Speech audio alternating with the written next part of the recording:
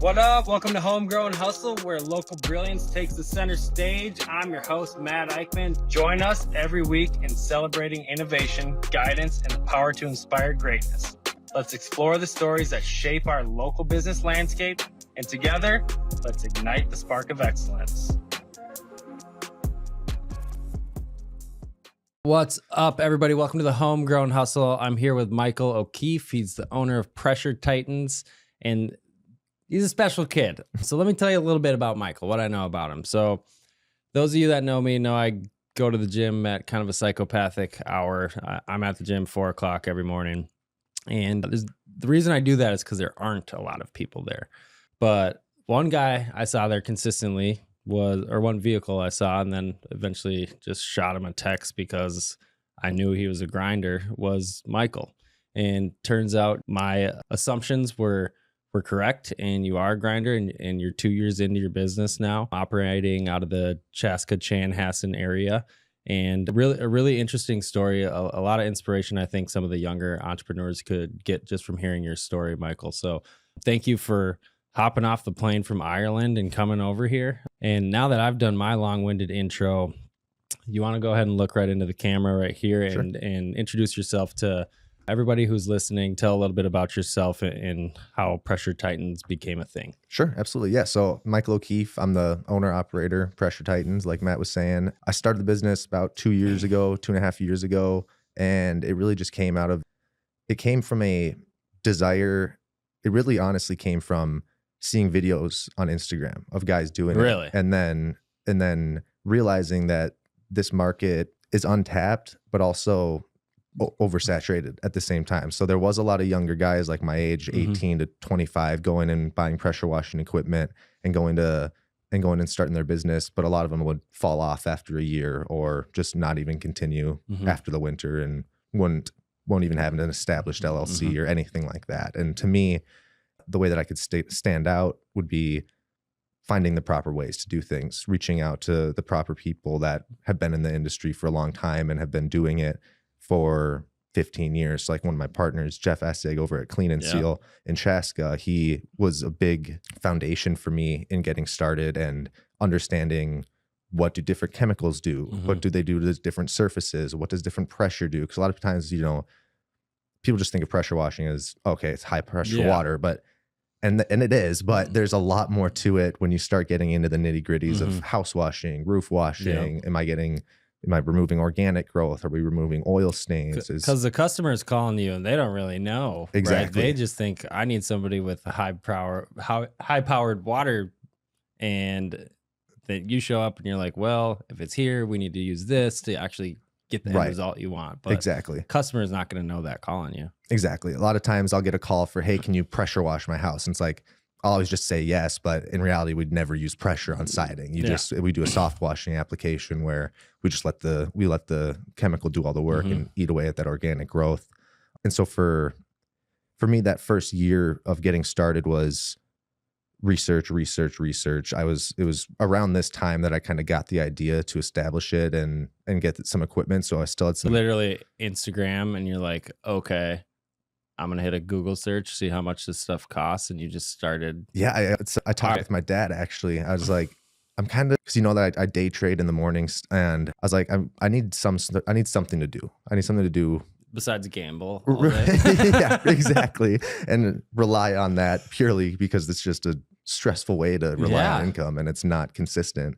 Well, it wasn't at the time, but so I talked to my dad over the course of a couple of weeks. I was like, yeah, I'm kind of getting this idea. Like, what if I just buy some equipment and, pay some high schooler or whatever to go out and do it? But then you start doing more research and you realize, okay, I'm not trusting a high schooler to go out and, potentially cause damage at someone's house. So I took it upon myself to kind of learn how different chemicals work, how different processes should be done, how different surfaces should be cleaned, and the proper techniques to do so. So that you're not charging people to wreck their house. Exactly. Like, yeah, no, that's exactly right. And it sounds like you did that through building a network of trusted partners and relationships where even though there might be some overlap in the services you're offering, there's a supportive community that, you're just looking to learn stuff, right? And a lot of business owners out there are willing to to share information with Mhm. younger generations, but you got to ask. Exactly. Right. And that's literally one of the notes that I have down here is that Jeff Essig told me once Minnesota businesses love doing business with other Minnesota business owners. And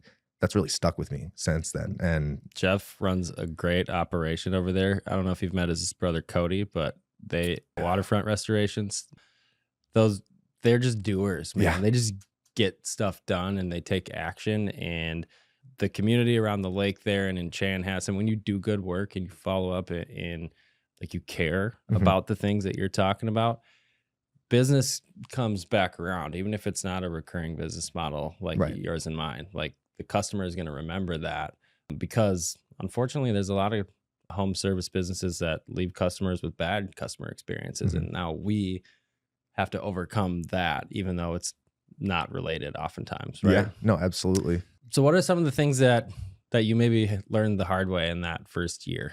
Oh, great question. So, and I don't know if Jeff will watch this, but he'll definitely give me crap for this. But I did a paver patio one time and thankfully it was my good buddy's dad. Mhm. And so there's stones and what you'd think is concrete in between the stones, kind of but Mhm. it's actually called paver sand. I don't Yep. know if you guys know much about it. It's just called polymeric sand, and you get it wet and it then hardens, and that's how you make, most patios. Yep.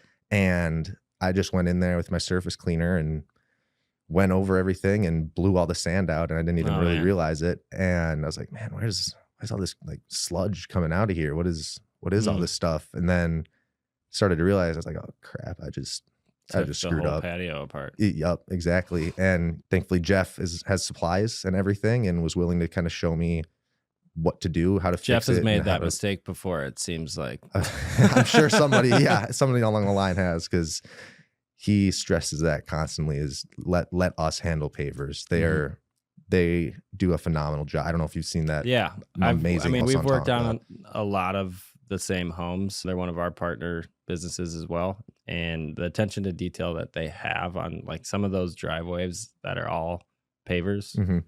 that's a hard thing to clean, man. Yeah. So having that attention to detail, it can save thousands of dollars in damage. Absolutely. And it requires thousands of dollars in specialized equipment Mhm. just to make sure that it's done properly and you're not going to screw it up for them. Yeah. I mean, the thing about expensive stuff is it takes money to upkeep it. And it's usually a percentage of however much it costs, right? Yup. So around the lake for a service business like us, like that's fantastic, right? We love going to 20,000 square foot homes compared to 2,000-3,000 square Right. foot homes, right? There's more opportunity for us to provide our service without the wasted time of the travel, right? Because Absolutely. we don't make money when we're traveling. Exactly. So the service side of things, you screwed up, but you handled it Yeah. the right way. And like I said, it was thankfully my buddy's dad, and he's the nicest person you'd ever Mhm. meet. And he lives on Tonka. So it was a nice house, and I wanted to make sure that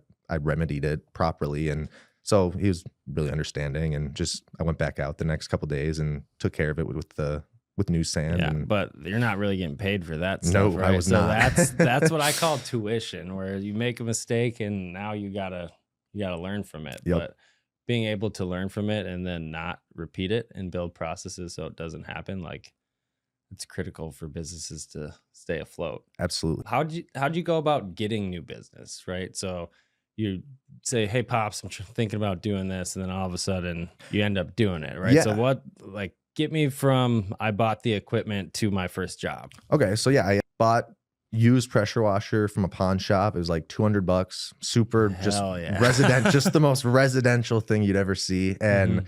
printed off my logo and taped it on there. And I was like, all right, we're commercial business now, and registered my LLC, got liability coverage, and I made sure that I was good to go.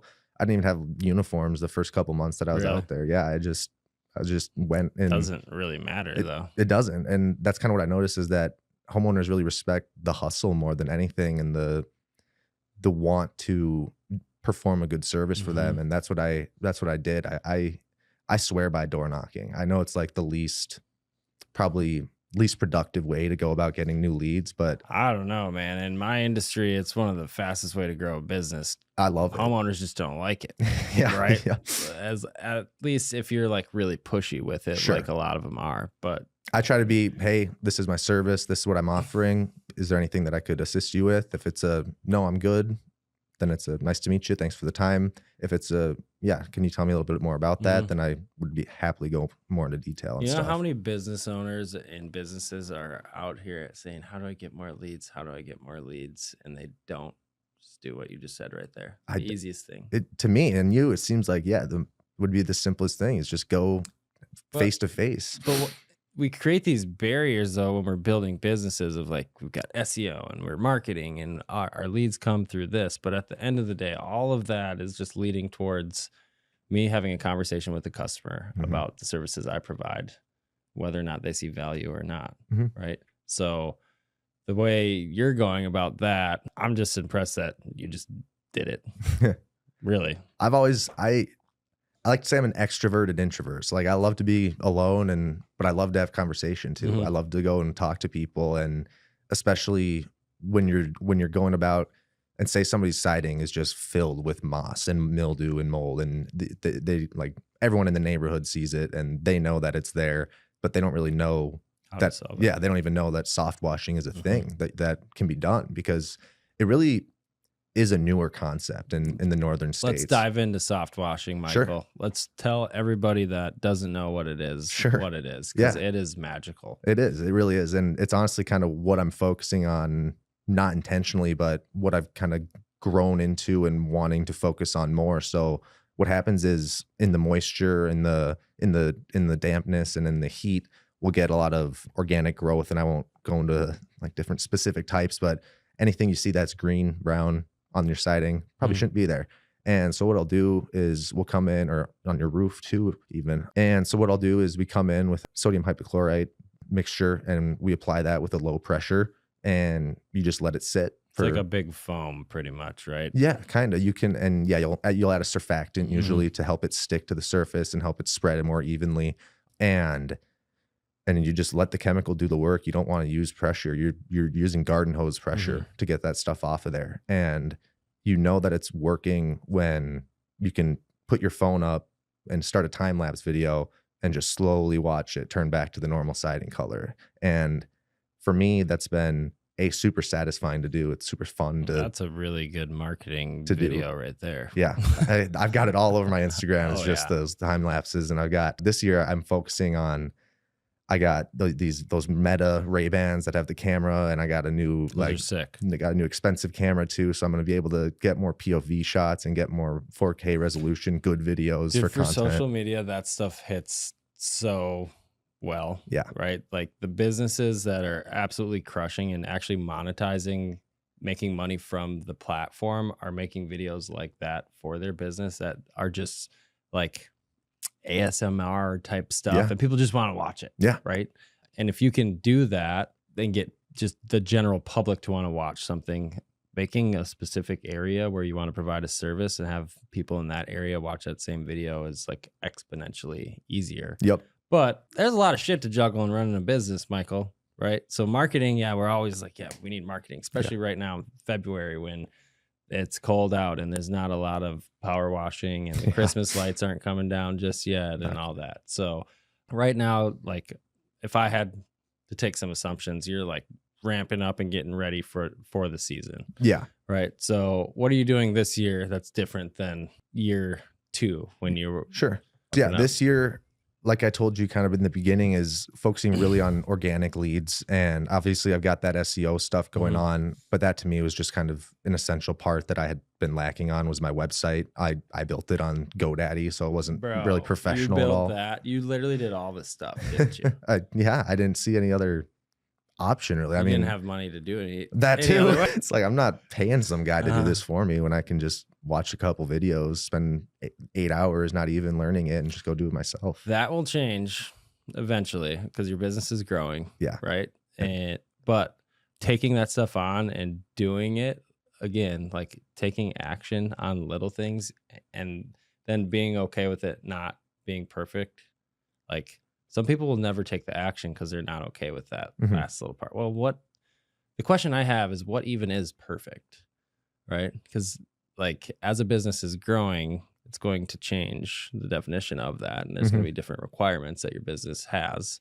So the ideal scenario or perfection is like this moving target that if you're looking for perfection, you're kind of doing the wrong thing. No, I would agree with that. And I think some people struggle with thinking that they're getting there, and I kind of delved into this. It's like you got to step out of comfort into discomfort until it becomes comforting. And that to me is like, if you can do something, wake up at 3 a.m. and start doing that for 2 weeks consistently. And when we first did the cold plunge in the morning, that was like, I was like, oh God, I don't know how he does this, but I got to do it because I got to do it. It's just something you have to do, and you have to push yourself to do it. You didn't have to. No, I wasn't forcing you, but that's my mindset towards things. It's you like committed and you were gonna do it, even though it sucks. Yeah, exactly. But then you come out of it, and it's like that was worth it, and I feel better, and I am better because of it. You know what I mean? One thing that I do a lot is like play out worst case scenarios when there's like a new thing. Like if, let's say I'm going to do the cold plunge, like what's the worst case scenario that can actually happen? I'm not going to die. Right. Like maybe my swim trunks fall off or something. Like that's the worst case scenario, but the likelihood is pretty low, right? So in business, same thing. When there's a new innovation or a new direction, it's like, let's try to do like a triage. If it's going to go poorly, what would that look like? Sure. And then sometimes you can identify, hey, that's not even really that bad. Let's give it a whirl. There's a good chance it's going to work out, right? So that willingness to experiment is one of the things that has allowed you to have success and grow. Right? Have you ever felt that you're like experimenting and found out you're spending a bunch of time on stuff that ended up not being worth it? Yeah, definitely. I would say trying to learn oil stain removal is something that was just over my head and initially, and people don't like to give the secret sauce to working to, what works exactly for them to remove oil stains from a driveway and and there's obviously different types of oil. So like that, to me, that was one of the harder parts, was learning how to do that. And then still not really feeling totally comfortable and texting Jeff like, hey, should I use this? Should I try that? Do you have any of this on hand that I could buy? You had a customer that called you with the problem and you're like, I'm going to solve this. Exactly. And that's what I always try to do is if I can't do something or wouldn't feel comfortable, I'm going to make sure that I find someone that is able to do it. And my first client, actually, she had rust stains on her driveway and she wanted the driveway cleaned and the rust stains removed and then their back patio cleaned also. And I was like, I can do the back patio for you, and I'm happy to do some research and figure out who would be the best person to handle these rust stains. Because at the time I wasn't, I was working with acids to do that type of stuff. I didn't have a respirator or even know the science behind it. All that stuff. It's pretty crazy, dude. It's like it'll burn your skin off. Yeah, right. But that's actually how I met Jeff, is because I was just Googling around and doing some Yelp searches, and I found out through that search that they were really high regarded in the area as the best. And so I gave out his information, and then a few days later he's like, hey, I heard that you referred us. And so I just like to call people and see who they are. And from there, we've kind of built a good relationship. I really have enjoyed working. We're meeting next week, actually, before he's going on vacation. So we're going to meet up next week and see what this summer will look like. Things are about to pop off for all the seasonal businesses. I mean, weather's kind of up in the air right now. It was really nice. I think it's supposed to be like 50 degrees here pretty soon. Yeah. But then we might get hit with a bunch of snow, and that's awesome. But you've kind of got the ability to travel and do a bunch of different things. And you're what, 22? I'll be 23. Yeah. Yeah, I'll be 23 next month. So you're college age, and I assume you have friends in college. Yeah. What's that like? Has that ever been hard, having like more responsibilities than some of your friends? And like, you ever like missing out on stuff, or did that ever? Yeah, there's a little. I was never a school person to begin with. I just never liked school. I never felt like I was learning anything. Like when I had to read a book, it was just, okay, I just read that whole page and I couldn't tell you one thing I read. And it just felt not needed information. That's just me personally. I'm not trying to diss on anyone that goes to school or tell anyone that they shouldn't go to school, because I think it's highly beneficial for most people. But yeah, it was kind of weird sitting out and seeing my friends, you know, all together in a frat. And it's like, I'm not part of that. We're still all great friends, but it feels like, yeah, I'm missing out a little bit on that. Or getting up in the morning and going to the gym. Yeah. And they're hungover or something. Yeah. And and I might be too, but I'm going to the gym. Because you have other things. Yeah, exactly. And it's like, there is that like back of your head wonder, what if I just took the traditional route and I just stuck with and went to school for something that, you know, I didn't necessarily love, but was still interested in. And so there's always that lingering thought. And then it's also like, all right, they're going to school. You're almost guaranteed. Well, I'm not going to say that, but the thought was these guys are almost guaranteed work once they turn, you know, 22, 23, whatever, because they're getting finance degrees, business degrees, and going and working for, you know, big companies, massive companies. And so it's like, okay, am I falling behind by not doing this, or am I just on a completely different path that eventually? I think you're light years ahead, dude. You think That's so? what I think. From a business owner standpoint, what is the purpose of school, Michael? It's to learn things, right? It's to acquire knowledge and go and apply that to other things. So what you're doing right now, whether or not you continue with PressureTitans, is the same thing. Sure. I would just argue that learning the way you are, where it's like you're hands-on, you're actually experientially learning things. That's the stuff you can go and take that and apply it to other stuff. Anything, right? yeah. And you're getting paid in the meantime, right? Like you just came back from Ireland. You've got those type of freedoms. Like the things I think about, like if I was in your shoes, because I went to college, I was trying to go play pro baseball, right? That didn't work out for me, but that's okay, right? That's okay. And you got those 5 years that I went and spent at Hamlin, and you're growing something, right? And you're learning those things in the years where, like, first of all, your brain is most dialed in to learn stuff, and your body can do a lot of the labor intensive things. So the guys like yourself and other guys out there that just like school isn't their thing. Well, you don't have to go to school to run a business.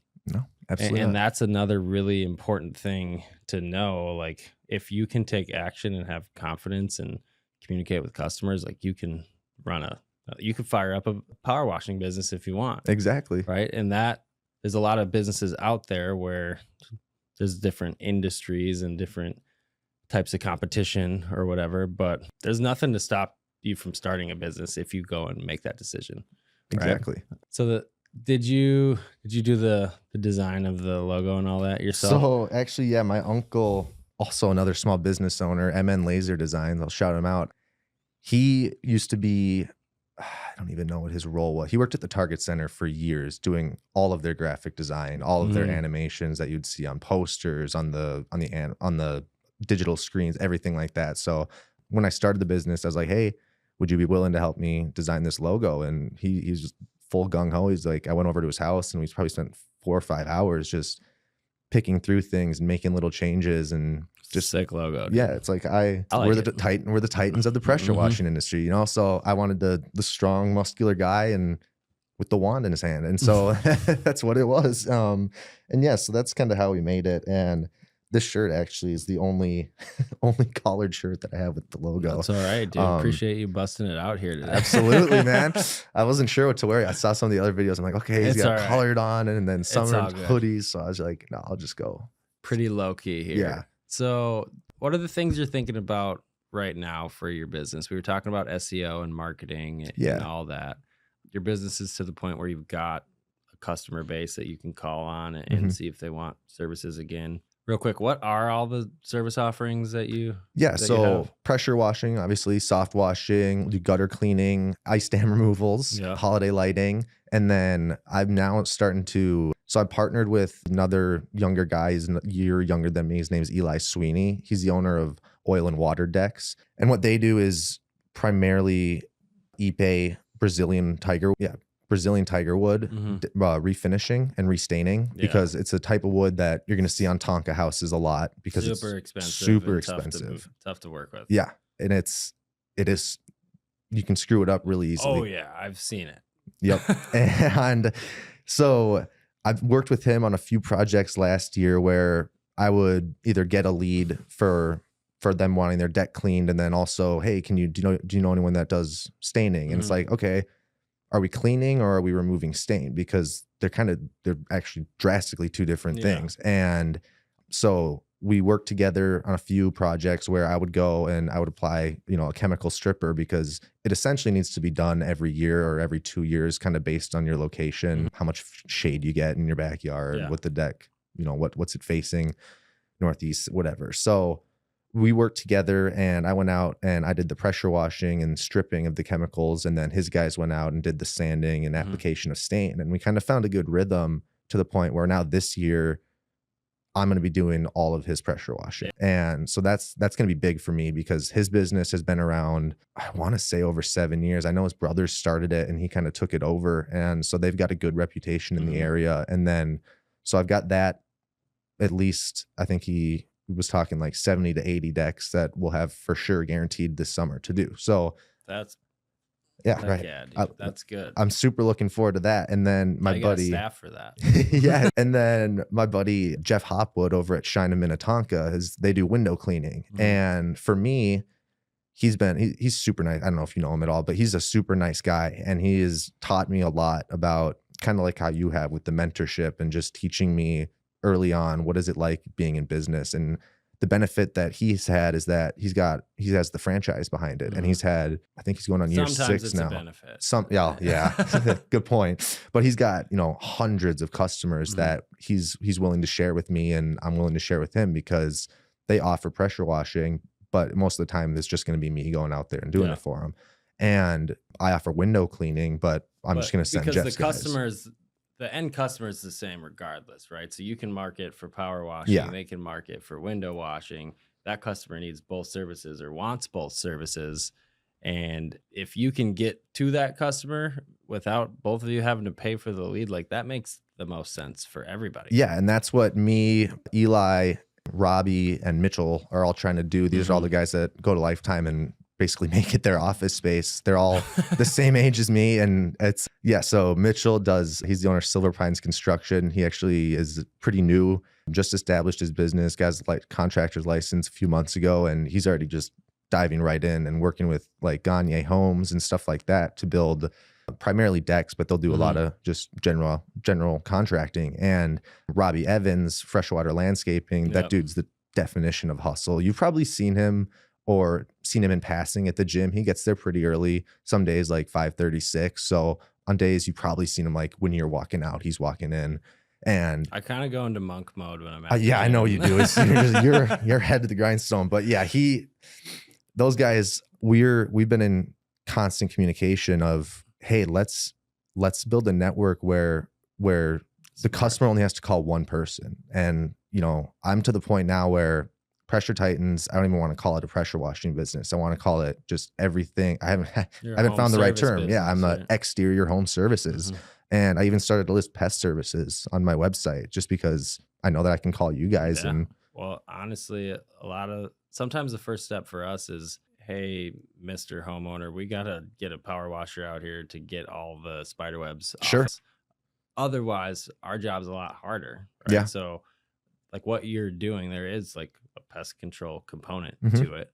But I mean, it's smart, right? You're looking to capture residential and commercial customers in an area for insert number of service, right? If you can have a good interaction with them and then get them to some type of revenue generating activity, or just the next step, like a visit with them, you're going to win business, right? So I think that's really smart. Have you got any pest control leads yet? Not yet. Well, the one from Lifetime, Jeff, but I just told him I think I just gave him your card or your phone number or something. I know a lot of Jeffs, but yeah, sounds like it. Is that a trifecta of Jeffs? It is now. Yeah. Actually, now that I bring it up. Cubed. Jeff Cubed. Yeah, no, he's a great client though. And honestly, like Lifetime is a great place for me to get client acquisition or whatever you want to call it, because they see the car. Are you going there and marketing like intentionally, like you're wearing like Pressure Titan shirts and stuff like Not necessarily intentionally, but I don't change my wardrobe that I have like this huge closet and I wear this part of it. Pretty much, right? Yeah, a lot of it's abracadabra gear.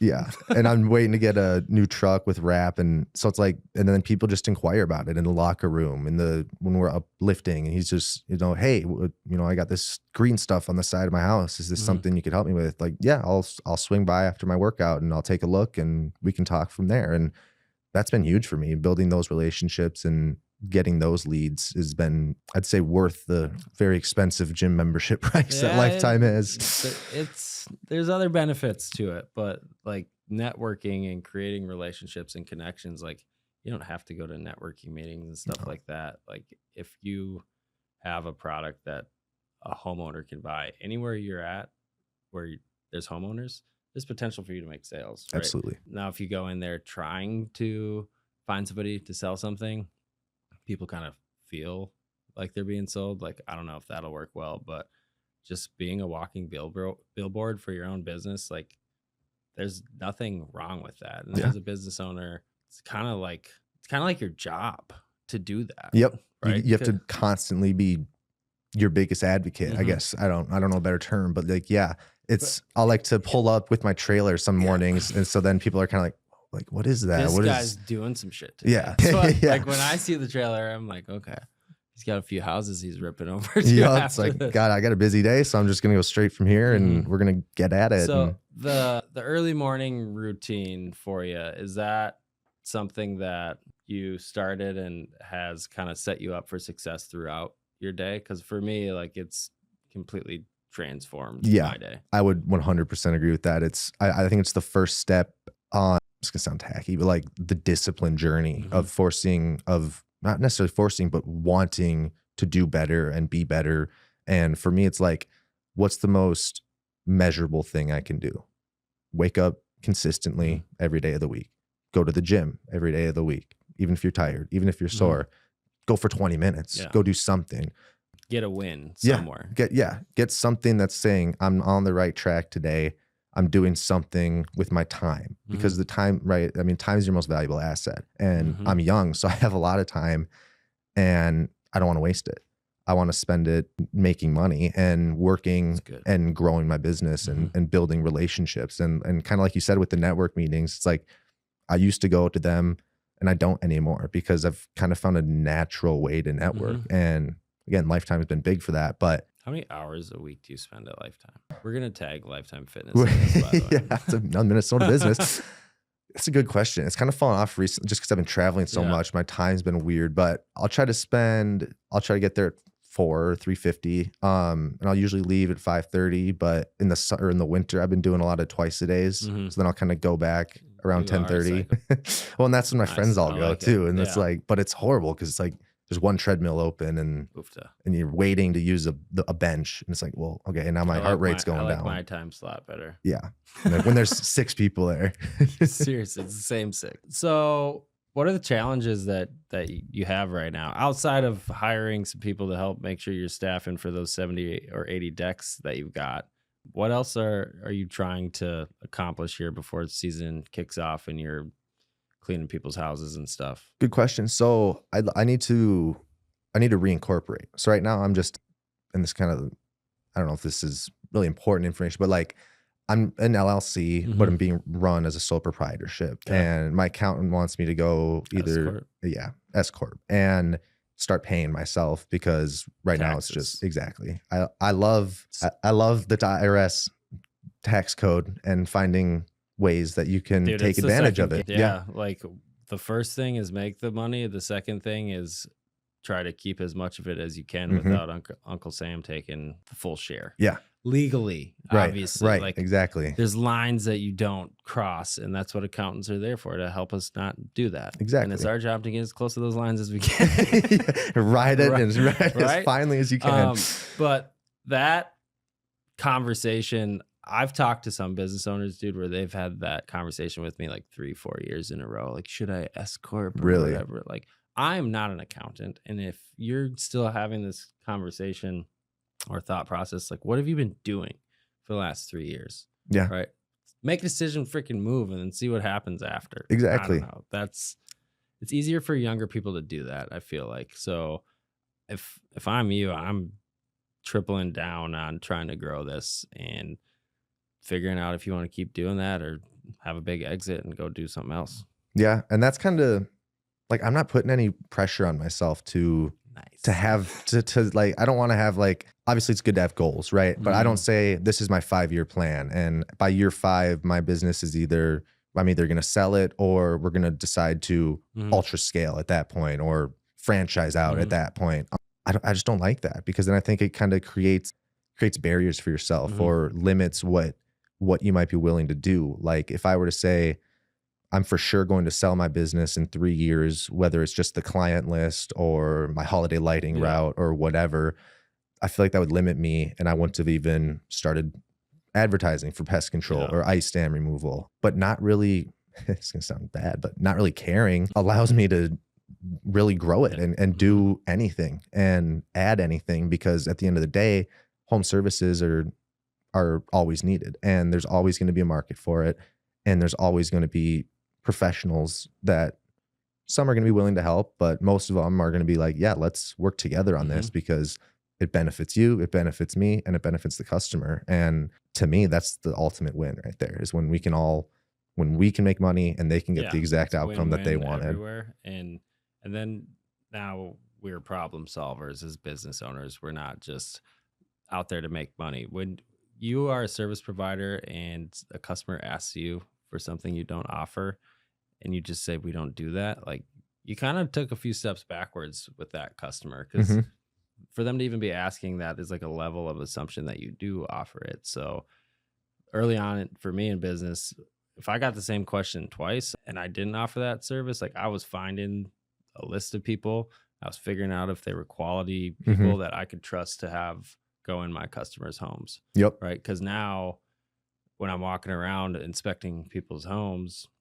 I can build value besides just killing their bugs. Yep. Right. Because they expect that. But if you do other stuff, now you're leaving an impact and you're bringing more value than what they're paying you for. Right. And that little, the extra mile, the niceties are the things that don't necessarily make you more money, but they make an impact with the customer. Like that stuff is critical in our business processes because it matters to customers, period. Absolutely. And the obstacles we run into is teaching our techs now that they're running this process. And yes, there's a technical component, but the most important part is how's this customer feeling about the service we provide and what we've done at the home, right? And teaching that like takes time and like soft skills, right? Definitely. As a business owner, like you get to take all that on and own every single last bit of it. And as you're scaling, like passing that trust on to your team members, and now the homeowner trusts them because they trust you, right? And that's a big jump. But you've already brought on team members in the past, right? Yeah, I mean, like part-time here and there. Yeah, just some buddies that's pretty cool. The first one you hired though, right? Yeah, it was fun. Yeah, no, so I've had like this big job on Tonka for one of my clients, and he's a great guy. We're like good buddies now. Well, I shouldn't say buddy, but he's an older guy, and him and his wife are retired now, and they've got this really nice house that's on this like huge peninsula on the Wayzata Bay, and they needed web removal and they needed just a bunch of other washing stuff done. And this was my year 1 still. And I actually got my dad to help me out on the first day. And he's like, well, I thought it'd be done in a day. Ended up being a 3-day project. And then he's like, yeah, right. And then underbid it quite a few. And then, yeah, just call a buddy. I'm like, hey, I'll pay you however much cash tomorrow. Can you come help me out? And just, this is what you have to do. I'm going to show you the proper way to do it. And just follow me and let's get this done. Let's rock it. And even though now I'm losing money, I got to keep the customer happy. And now I have a great relationship with him. I go to they have a art gallery down in Excelsior for, it's all for charity. And they do some pretty cool events. His wife's a phenomenal artist. And yeah, I just like, to me, losing money on that job is not a big deal because I learned how to properly quote now for that type of service on that type of building. Probably sucked for those 3 days. It did. It was not fun. I was working from sunrise to sunset every day. Where did you go wrong in the quoting of that? Like where did you underestimate estimate or? So yeah, I was still, soft washing was still a new concept for me. I didn't have the proper equipment to do it. I mean, I did, it was just residential grade. So it was like, Yeah. whereas it should be just like complete overhaul. And where I went wrong was that they wanted web removal from all of the eaves on coming off of the roof. And That's a bugger, dude. yeah, I thought it'd be really easy. I was like, oh, go get these web brushes and then we'll just rinse it off. That was not the case. No, dude. Not at all. So we rip through the web brushes every yeah, I know, dude. Yeah, you get maybe like a few swipes out of them and that's it. But well, yeah. But spider webs catch a bunch of dust and like that just sticks to the home. So you got a $3, $4, $5 million home on the lake that you're all excited to come visit. And it looks like Halloween all summer. Yep. People don't want that. No. And yeah, this particular, I looked it up. It was like 12 million, and it's just crazy. And I'm like, I'm surprised that I'm. For us, yeah, I'll have to mention that next time. I doubt they have pest services on there, or they should. They got should webs, actually. Yeah, true. Like. Good point. No, yeah, but it's. I think I just saw a light bulb go off right there. What's some advice you could give to somebody who's maybe in your shoes where you were like 2.5, 3 years ago, thinking about starting something up? It's really funny you bring that up because somebody he called me yesterday and it was a local service ad. So I had to pay for the call, which sucks. But here's a guy in Chaska and he's looking to start a pressure washing business. And I kind of was like, that's awesome, dude. He was wondering about like startup costs, stuff like that. And I'm like, it's low if you do it right and you do the research properly so that you know what you're doing. Even if you have the crappy equipment, you can still do a job right. It's just going to take you a while. And I kind of explained to him how I started, how I went about doing it, doing the door knocking, buying just the most basic pressure washer I could, and then rolling over profits anytime you got a job. Just upgrade to that next piece of better equipment until I got to the point where I was working with this guy named Evan O'Sullivan over at American Pressure Inc. That's where you guys got your steamer actually. Yeah. And he's a great guy. He helped me build out my trailer, plumb it out, figure out all the different specs that we would need to make sure that everything, all the pumps are working properly and they're getting the correct flow, and that, you never want to have a 90-degree bend and just stuff that I would never know it. And that he was able to help me with. But you're putting yourself in those positions to learn. Those aren't accidents. Sure. Right? Like, and I think that's important, is that like when there is a problem, you're not necessarily troubleshooting it yourself. You're finding a subject matter expert, engaging in a conversation with them and trying to extract information and learn. That's smart. That's what that is. And like, kudos to you, man. Like the more you can learn and people out there can go and put themselves in those type of situations, huge.